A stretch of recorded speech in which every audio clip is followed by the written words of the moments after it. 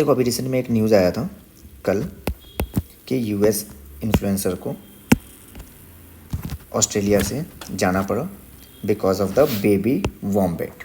ये क्या होता है बेबी वॉम्बेट और क्यों इसकी वजह से यूएस इन्फ्लुएंसर को ऑस्ट्रेलिया से बाहर निकाल दिया गया। और आज इससे रिलेटेड एक न्यूज़ है कि यूएस इन्फ्लुएंसर जो थी उसने माफ़ी मांगा है वॉम्बेट वीडियो को लेकर ऑस्ट्रेलियन पीएम ने इसको स्लैम किया था यानी कि उसको जब ऑस्ट्रेलिया से बाहर निकाला गया था। है क्या ये, पहले आप वीडियो देख। Just caught a baby wombat.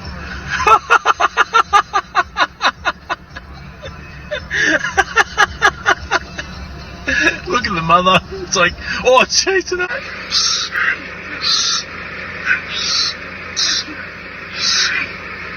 Okay, Mama's right there, and she is pissed. ये जो इन्फ्लुएंसर है वो बेबी वॉम्बेट को पकड़ कर लाती है और फिर कुछ देर बाद हालांकि उसको रिलीज़ कर देती है।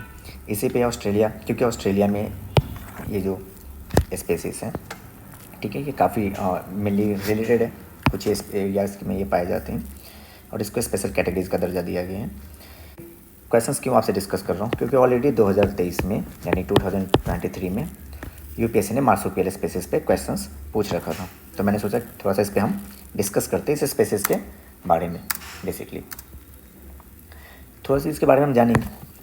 जैसे मार्सुपियल स्पेसीज के बारे में अगर देखते हैं तो सबसे पहला क्या होता है, इसका बड़ा यूनिक रिप्रोडक्टिव सिस्टम है।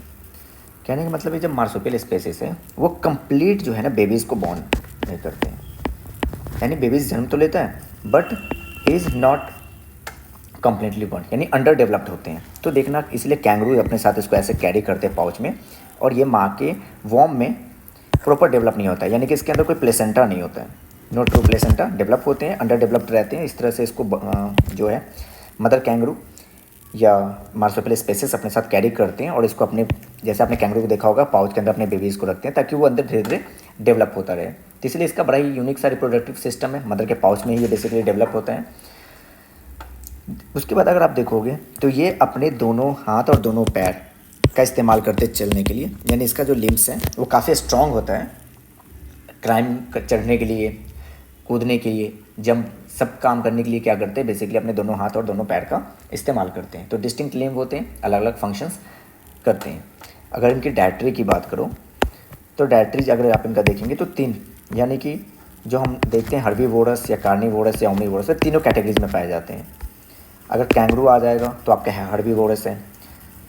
तो हम इसके डायट्री की बात करते हैं। अगर डायट्री की बात करते हैं, अगर आप इसके डायट्री को देखेंगे तो kangaroo is the kind of herbivorous, उसकी तरफ तस्मानियन डेविल ये आपका ओमनीवोरस होता है, और ऑप्समस को देखेंगे, ऑप्सम को, ये आपका हर्बी प्लस कार्निवोरस, यानी कि तीनों कैटेगराइज में इनकी जो है डायट्री होती है।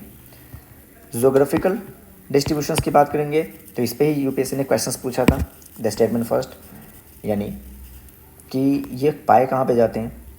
तो एग्जैक्टली अगर इनकी लोकेशंस देखेंगे तो आप देखो कि ये ऑस्ट्रेलिया एशिया वाले एरिया में पाए जाते हैं, ऑस्ट्रेलियन आइलैंड ऑस्ट्रेलिया में, और साथ ही साथ इसके नियर बाई आइलैंड में, जैसे पपुआ न्यू गिनिया और ये सारी जो जगह हैं वहाँ पे ये पाए जाते हैं, नियर बाई रीजन्स, ऑस्ट्रेलिया के जितने भी नियर बाई रीजन्स है। साथ ही साथ आप ये देखेंगे तो ये अमेरिका कॉन्टिनेंट में भी पाया जाता है। करीबन इसके 333 स्पेसीज जो हैं इसी एरियाज़ में पाए जाते हैं। ऑस्ट्रेलिया और न्यू गिनिया यहाँ पे तो ये बेसिकली पाए ही जाते हैं, बट साथ ही साथ अमेरिका की तरफ भी है। तो आप एक चीज़ इस बात से देख सकते हैं कि अगर इसके हम हैबिटेंट की बात करें तो ये डेजर्ट वाले एरिया में, अगर यहाँ इस एरिया को देखेंगे तो ट्रॉपिकल फॉरेस्ट और ट्रॉपिकल रेन फॉरेस्ट, यानी कि तीनों कंडीशंस में पाए जाते हैं। इसके अलावा ये रहते कैसे हैं, तो ये पेड़ों पे रहते हैं, यानी कि ये ट्री पे भी पाए जाते हैं, और उसके अलावा जो नियर बाई लैंड्स होते हैं, यानी कि फॉरेस्ट के जो फ्लोर होते हैं जंगलों में, वहाँ पे भी ये पाए जाते हैं। तो इनके रहने के हिसाब से ट्री और फॉरेस्ट फ्लोर इसके लिए फेवरेट प्लेसेस है। डेजर्ट, ट्रॉपिकल और ट्रॉपिकल रेन फॉरेस्ट इसके लिए फेवरेट प्लेसेस है।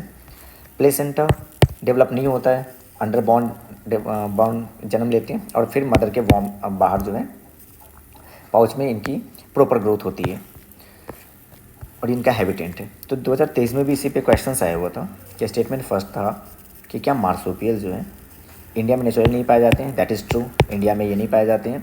और माउंटेन ग्रासलैंड, क्योंकि हमने देखा कि ये डेजर्टी एरिया ट्रॉपिकल और या ट्रॉपिकल रेन फॉरेस्ट वाले एरिया में पाए जाते हैं, तो marsupials can thrive only in mountain, that is the wrong statement. तो इसीलिए आपका जो है स्टेटमेंट सिर्फ 3 करेक्ट था अकॉर्डिंग टू यूपीएससी 2023।